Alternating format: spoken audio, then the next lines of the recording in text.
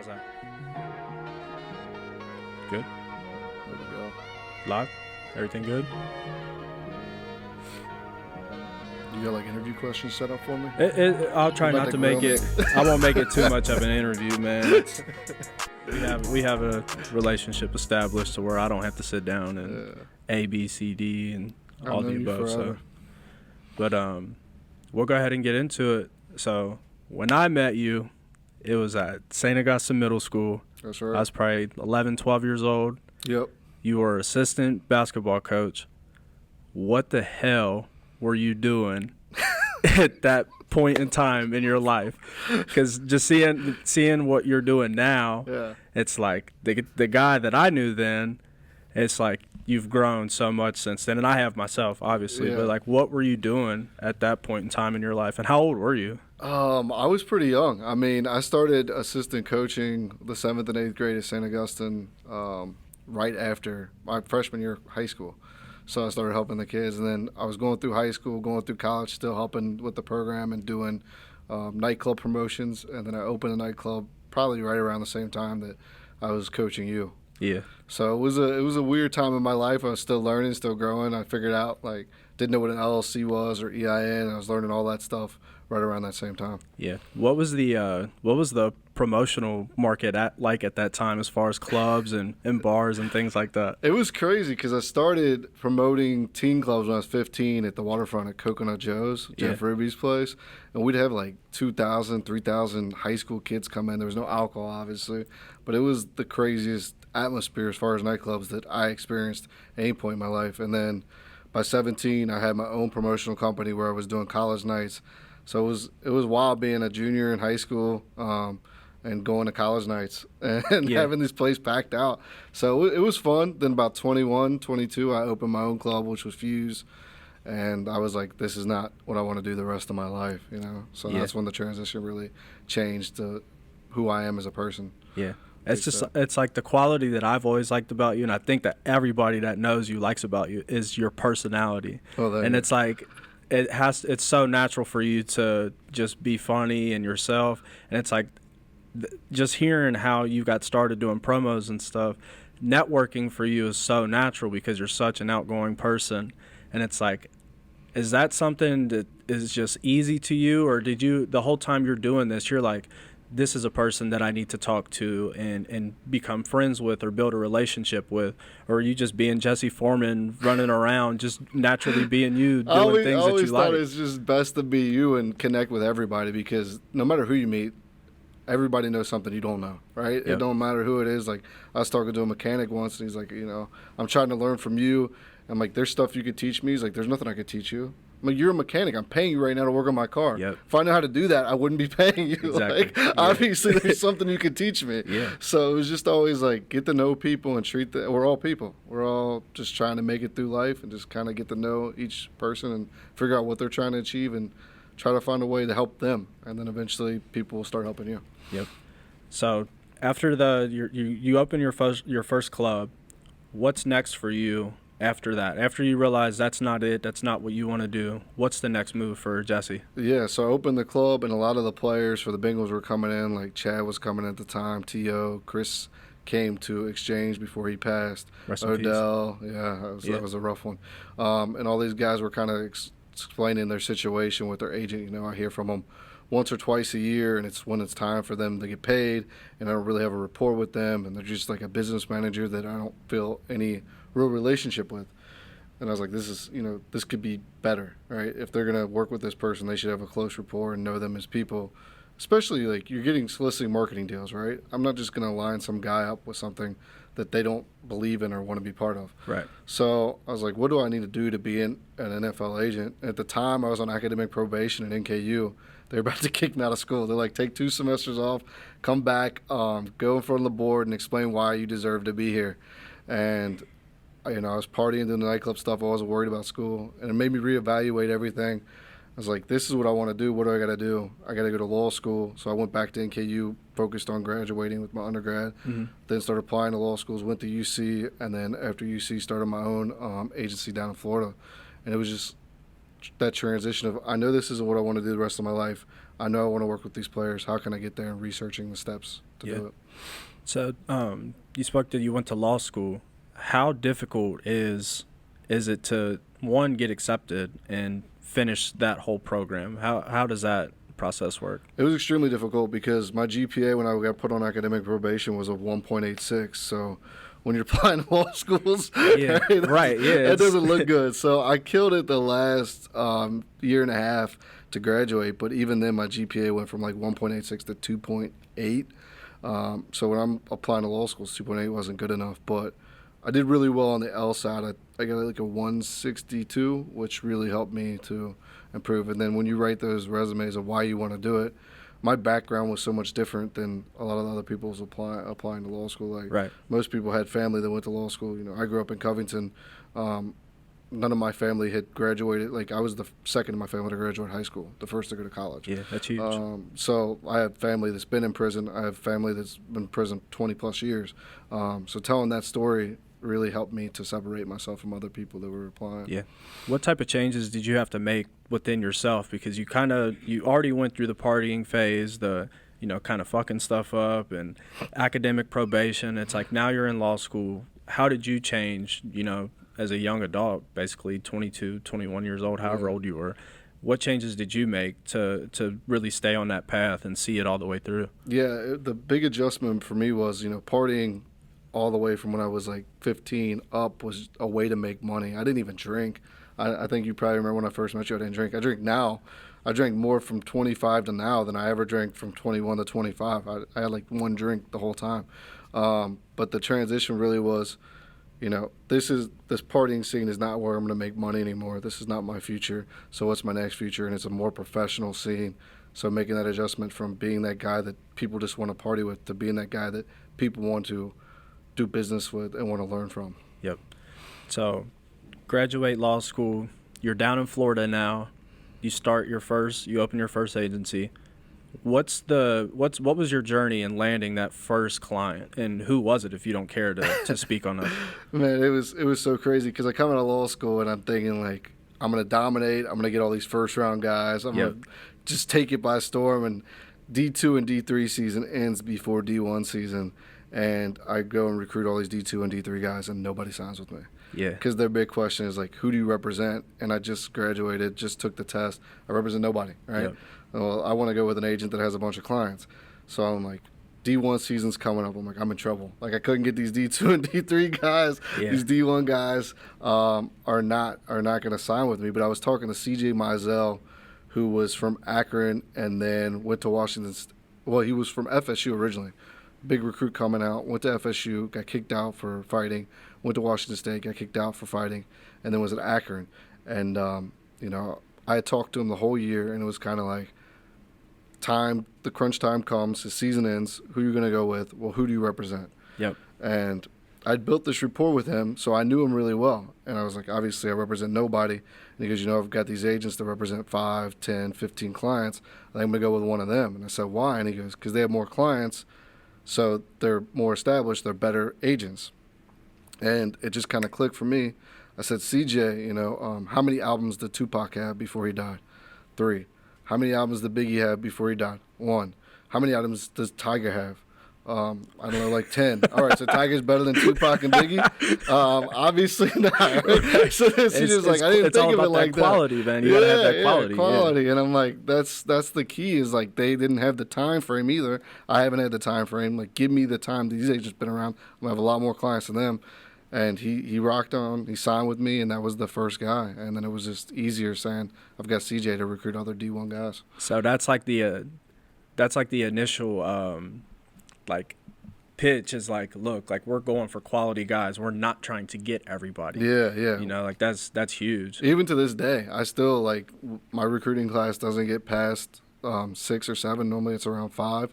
Yep. And just want to be quality guys that I know will have a good shot or make it in the NFL.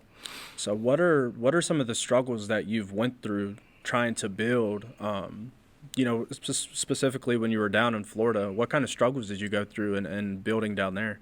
Yeah, the crazy thing about being an agent is you make 3% of what players make. People think you make a huge percentage. It's 3%, and it's only when they're on the 53-man roster.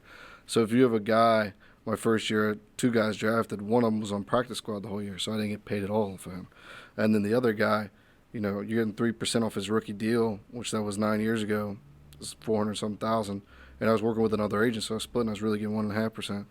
So I was making like $7,000 off that deal. So in the first year, having 2 guys drafted, I made $7,000. So like on that specific deal, what kind of task or responsibilities did you have for that client specifically? Yeah, so I had went to another agent about a big name player at Louisville, a safety that had broken the interception record, and I said I really can get him, but I need somebody that can pay for his combine training. And the other agent said, I don't really want him. I heard he's got a lot of off-the-field issues, but I would really love to get this guy or this guy from Louisville. So then it was like, all right, let me get one of these 2 guys, and I'll have this agent help me with the investment portion of it.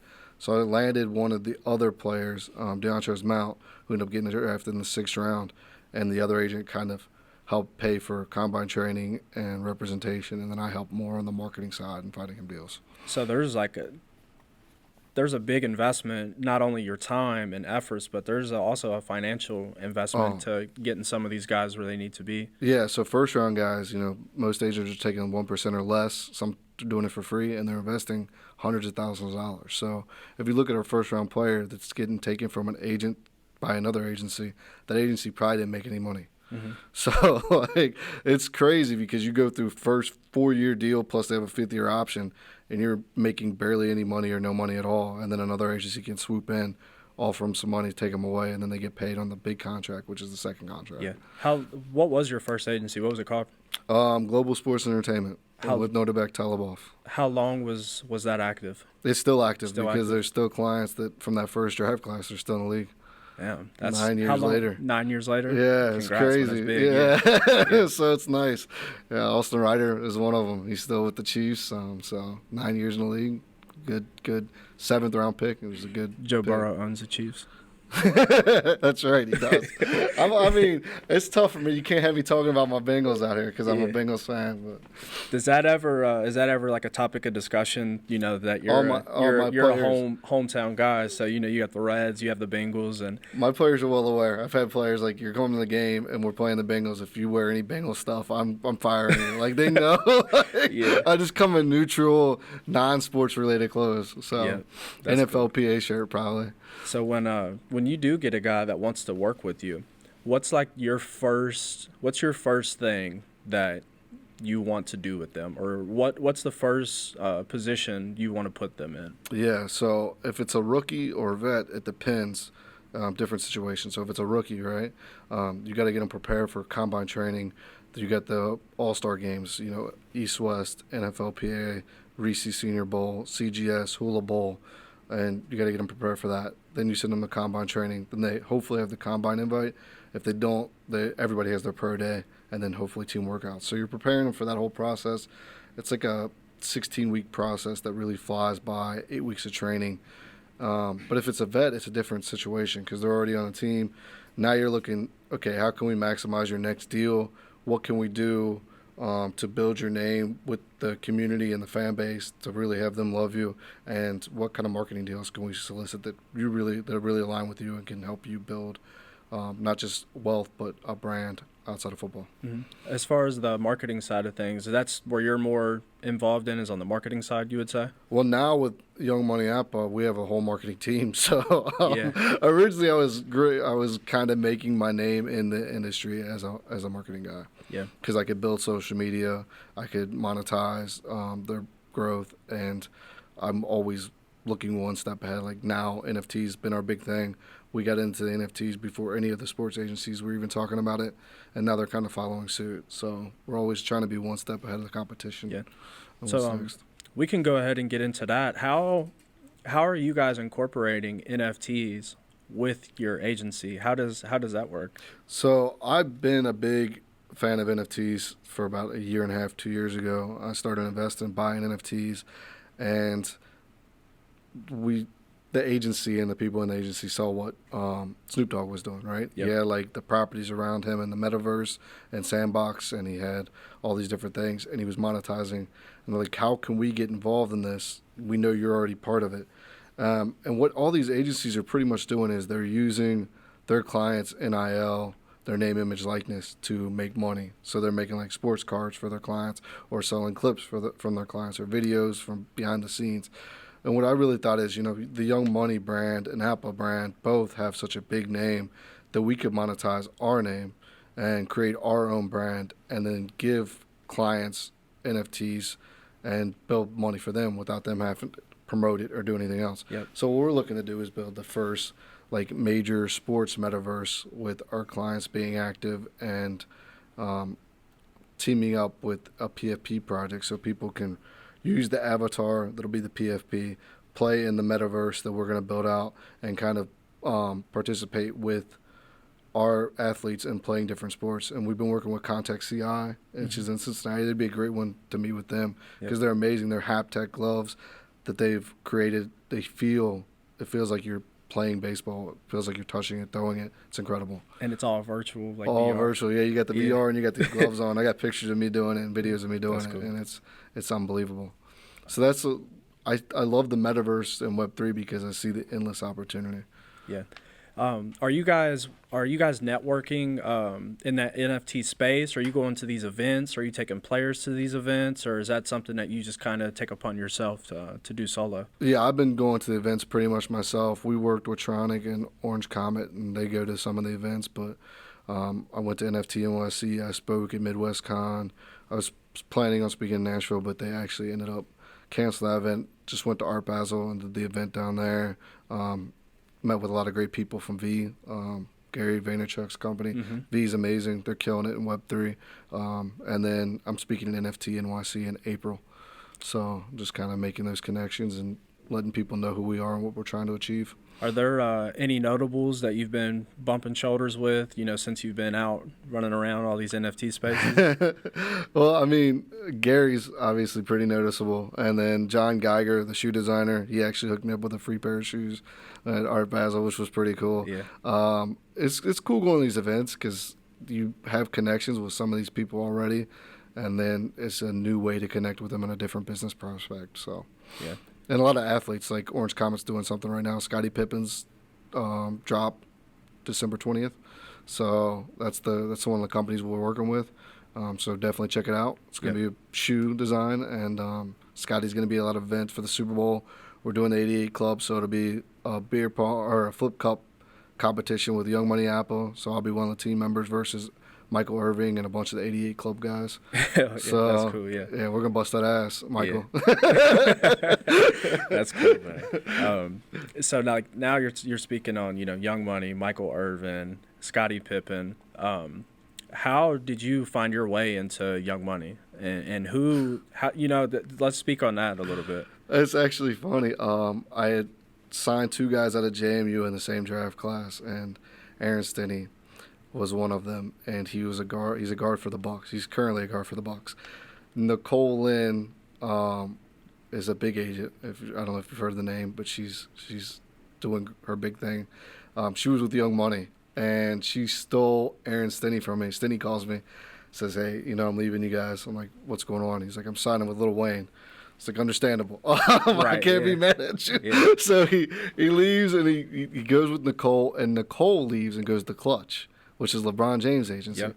So she took all her clients with her, and I kind of reached out to Young Money like, hey, a friend of enemy's a friend, right? Yeah. So let's work on this. I can fill that spot. And then immediately they reached back and were kind of talking to me. Sorry we took Stinney. Was just kind of going over the whole situation, and it worked out, and that's how I got on with them. Yeah. Where are they based out of? So the main offices for sports are in Dallas. Dallas? Yeah, but like the entertainment side's got offices in New York and New Orleans. How involved is Wayne in that side of as things? Much as we need him to be? Like obviously we're not trying to bug him, but he hops on and talks to players. He went to the ESPYs with the client, and he gets involved in it. I mean, he's a huge sports fan. He loves sports. So. Can you tell us about how when you first met him, you freestyled for him?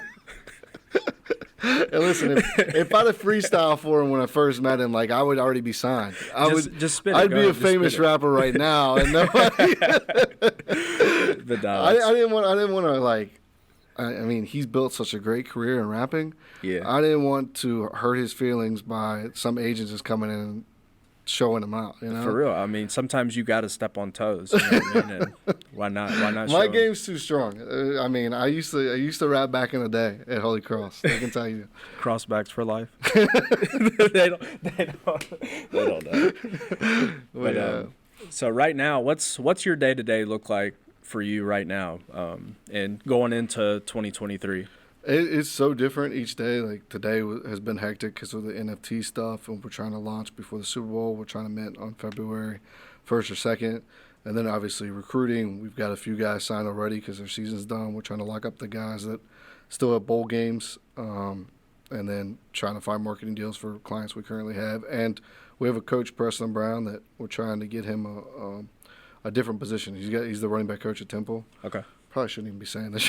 Yeah, I was gonna say. I mean, that's all in you. I didn't even think about it, but yeah, we're doing that too. Yeah. How mobile are you when you're trying to scout new clients or new talent, I should say? Yeah, I'm on the road a lot. It's been different since COVID, and it's been great because COVID really changed everything. It used to be, I was gone pretty much from October to December, just on the road every day. But now a lot of people are fine doing Zoom calls, which is great. Yeah. Saves me having to travel all around the country. So it's changed a little bit, but I'm still traveling a lot, but not as much as I used to before COVID. Yeah. Football, basketball, baseball, all the above. What's your go-to when it's time for you to step out there, and recruit? Yeah, I always do football. So we have a basketball division, we have a baseball division, different agents. I help sometimes with basketball, like Jeremiah Davenport. I met him through a local friend, and he introduced us, and now he's part of the basketball division for Young Minneapolis. But I just handle the football side. Yeah. So now that we know a little bit about how you got started, where you're at now, what advice would you have for your 21, 22-year-old self now that you've been through all of that and you're here where you're at today? Yeah, I'll tell you, the biggest advice I give people, and it's always funny because people come up to me, I'm inspired by you. What advice do you have to succeed? And I always ask people, what do you want in life? Like, what do you want in life? Yeah. What would your answer be? What do you want in life? I think, honestly, to be able to reach people on a platform to where it doesn't matter your status or my status, whether you're above me or below me, just to be able to sit down and have a conversation just like we're having now. I think that's one of the most powerfulest things like you can do as humans is be able to look another human in the eyes and be able to connect with them that where everything else is completely aside. Yeah. And it's just, just establish that connection with all people, all social statuses, and just spread a positive message at the end of the day. That's really all I want to do, whether there's monetary gain to come from that or not. I think that's just something I'm truly passionate about, is being able to talk to people like yourself who come from a similar place, but you are able to pull yourself up through all of the struggles and be consistent through your journey to get you yourself to where you are now. And that's really what it's all about for me, is just finding that inspiration and you being able to give me that same feeling, being able to give that to everybody that's going to see this, whether, and that's powerful, That's a beautiful answer. And I know you're going to succeed because you know exactly what you're looking for. It's amazing. You're the first person that's ever had like an established answer. Everybody else has told me more money. Like that's all they say. I want more money. No, you can't do it for the money. Exactly. Because if you're fueled by money, you're so limited. I think you just have to be fueled by your own desires, your own passions, your own struggles. And if you stick to that, the money's going to come.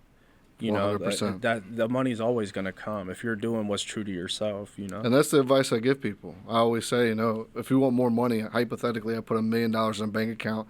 You can go touch it, you can throw it around, but you can't like spend it or investment. You're happy.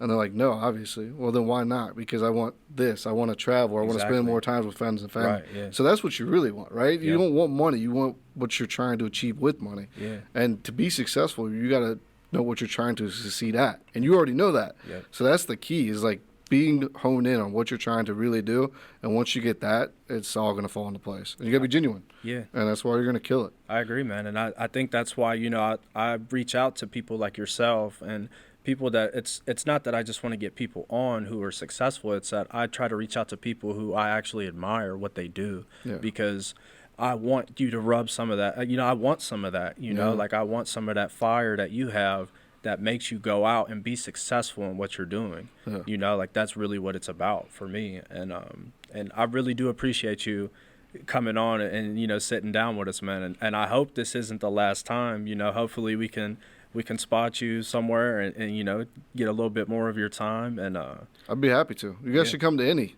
It'd be a lot of good for the combine. A lot of good stuff going on in Indy. Would love to, man. A lot of good interviews there. We love to travel. We love to work. And like I said, you just sitting down with us today, we really appreciate that, man. We're going into 2023.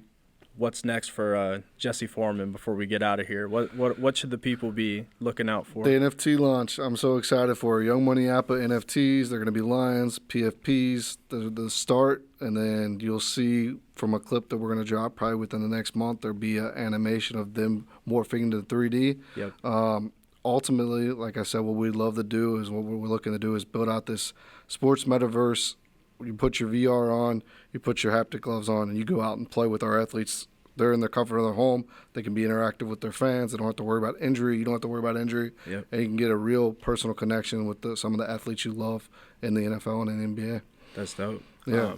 So for the people that want to tap into what you're doing, all your updates, where can they find you at? The NFL Agent on Instagram, on Facebook, Instagram, and then on Twitter, it's YMAPA Jesse. All right. Well, man, I think that's all for today. I appreciate you coming through. Yeah. It was good talking to you, that's man. Another episode. You forgot to tell everybody I taught you how to play basketball, and I'm the reason you're good at basketball. That's not saying a whole lot for for the people. I am not a basketball player. He's pretty good. But, man, I appreciate you guys for watching. Jesse, I appreciate you coming through, man. Anytime. That's a wrap right there. Perfect. Yeah. Yes, sir.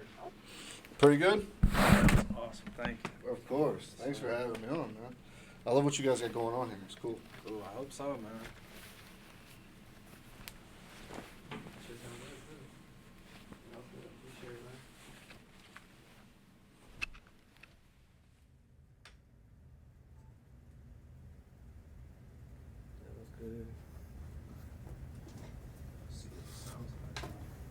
Y'all can just run through like a little conversation.